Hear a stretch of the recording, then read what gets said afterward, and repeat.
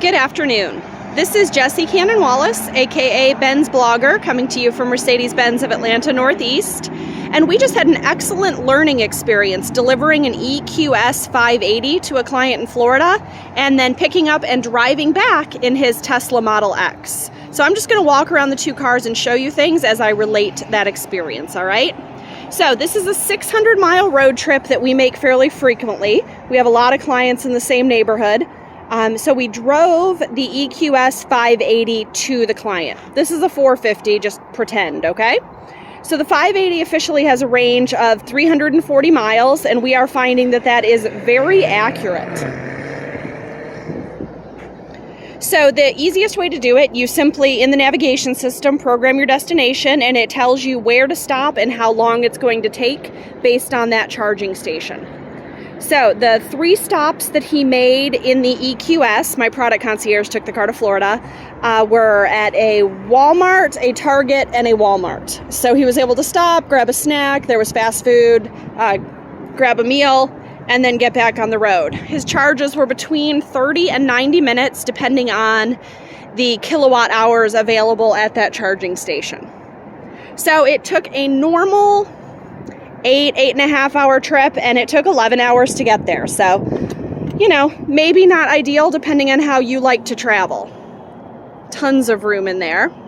But he said it was the most enjoyable trip to Florida he's ever made, and he's done it a lot. He has family there. So he said quiet, luxurious, relaxing, easy, just a delightful ride. So the customer traded in this 2020 Model X, and he was able to drive this vehicle back from Florida. It took a little longer to get back. A couple of the supercharging stations weren't as super as advertised. One of them took over 2 hours to get a full charge when he was expecting more of a 45-minute experience. Probably our fault. We plugged in near someone else, and that reduced our level of charge. Just something to be aware of.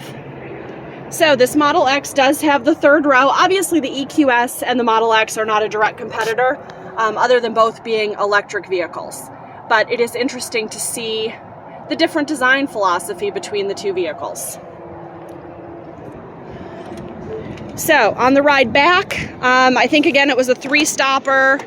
I think it was close to 12 hours to get back.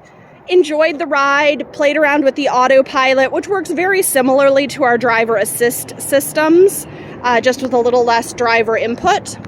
Same system in the charging. You put it in and it tells you where to stop and for how long. We found it to be a little bit less intuitive, and well, but that's because we're Mercedes people. We've been practicing. And also some of the Tesla superchargers were in inconvenient locations. On the far side of a non-functioning mall, without access to easy entertainment or food or whatever, just having to cross a highway. Not a huge deal. I'm sure you could get used to it. But little differences that we found. He enjoyed driving the car. He said when he pulled into several supercharging stations, it was like having duplicates. He said every third one was a gray Model X, which was kind of interesting. So, driving the 2 electric cars, 1,200 miles round trip, was totally doable, and it was cheap. So we've done this trip several times in other models, AMGs, E-classes, S-classes, that kind of thing, and on average spend $300, $400, $500 on fuel to make the trip. This cost $90. The EQS charges for free for 2 years at Electrify America stations, 30-minute charges, and all of the charging we did was free, and then the Tesla was free as well. So virtually no fuel, all we paid for was food. So that's kind of fun, right? The biggest problem, so I have several clients who've traded Teslas for EQSs at this point. When you're an electric person, you're an electric person, apparently. The biggest difference for my Tesla people is starting and stopping the EQS. Just like with any other Mercedes, it has a start-stop button on the dashboard. Both cars are seeing me approach. Start-stop button there on the dashboard, and you push it to both start and stop the car. Which apparently is a very big learning curve if you've just been getting in and out of your Tesla and walking away. So we're working on that. The Tesla saw me approach. It does have the comfort doors that pop out. That will be an option in the Mercedes. We just have a part shortage issue. You can see the displays here. It's just a little plain, which, you know, is an aesthetic. Some people are into plain. But the people upgrading to the EQS are doing it for the luxury. Mostly they are Mercedes owners who have been in the Tesla because they wanted an electric, but are excited now to have a full luxury option. So here, let me show you the displays in here. Start button. So again, just a little plusher, a little more design as opposed to a little more minimalism. Absolutely beautiful car. Okay. So overall, the trip was a huge success. We learned a lot about which charging stations are the best, how to look for the kilowatt hours to maximize your charge time, not to park next to anyone else because they will eat your power.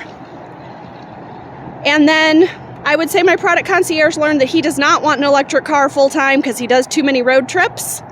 But as an around town car, as an under 300 mile road trip car, they were both great. The EQS providing a little bit more luxury.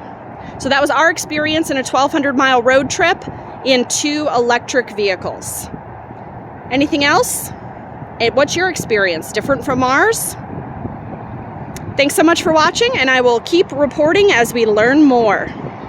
We should be getting several EQ models before the end of the year. EQB, EQS, and EQE have already been announced. Dates are pending. And then the EQS has been a huge success already.